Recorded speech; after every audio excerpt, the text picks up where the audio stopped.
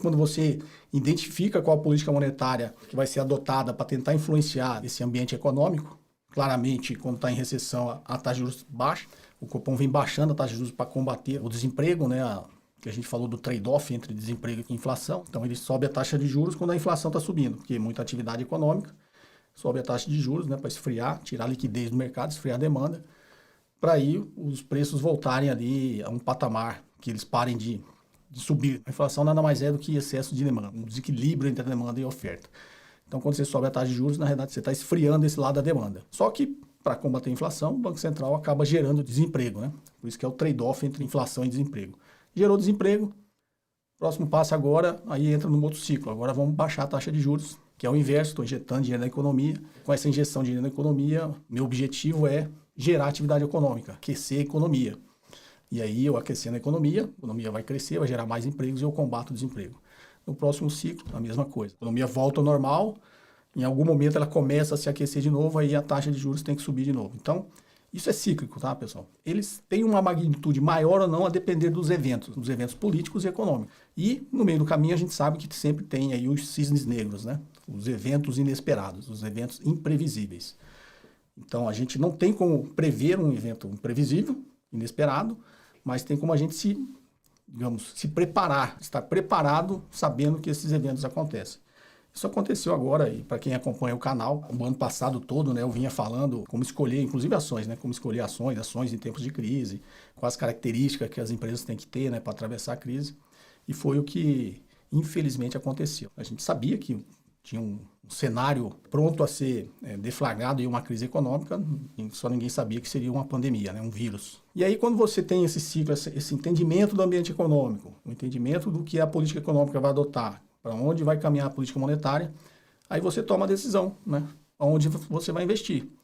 Basicamente, eu sempre gosto de simplificar, você vai decidir, eu quero ser sócio de alguém ou eu quero ser credor de alguém. Se eu quero ser credor de alguém, eu vou comprar dívida. Então, eu vou comprar dívida pública do governo, você está comprando título do tesouro, você está comprando dívida. Você está emprestando dinheiro para o governo. Ou eu quero comprar uma dívida privada. E aí você tem que analisar, saber por que existe cada ativo desse, cada título desse emitido, qual a dinâmica de preço desses ativos frente a uma taxa de juros. Então, se eu compro uma LTN que é pré-fixada, se a taxa de juros continuar caindo, eu vou ganhar dinheiro, porque a taxa de juros do denominador vai subir o preço do título. E aí depende do horizonte de tempo que eu estou olhando também. Mas se a taxa começar a subir, aí eu perco dinheiro na LTN, se eu vender na marcação a mercado, né? Você pode levar até o vencimento, mas você vai ter uma rentabilidade menor também.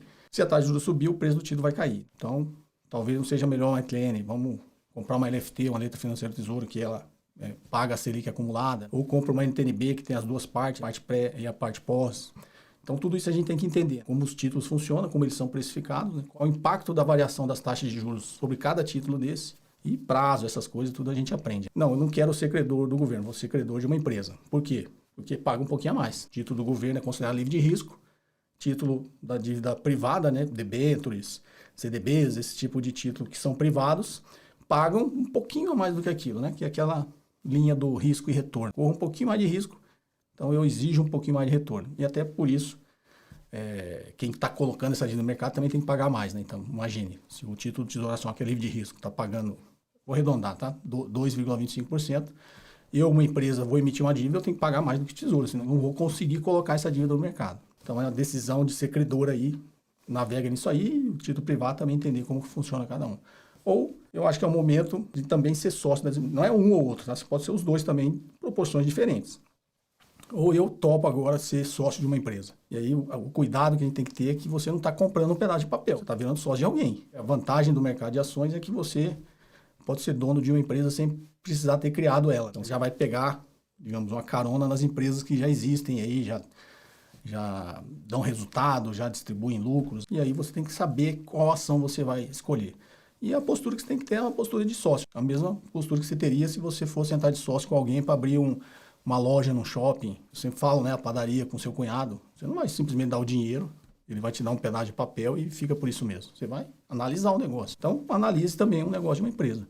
E aí precisa dos conhecimentos, né? Finanças corporativas. O que meus alunos sempre gostaram, assim, que nas minhas aulas eu sempre dou um exemplo simples. Porque quando você fala finanças, as pessoas já imaginam um monte de número, um monte de gráfico, vai ser muito difícil entender. Na realidade, vai ter fórmulas, mas tem formas e formas de explicar uma fórmula. Então é isso que que a gente, como professor, tenta fazer, né? Simplificar o máximo possível, que é aquela velha frase que eu sempre falo, que se você não consegue explicar uma coisa para uma criança de 6 anos, é porque você também não entendeu, né?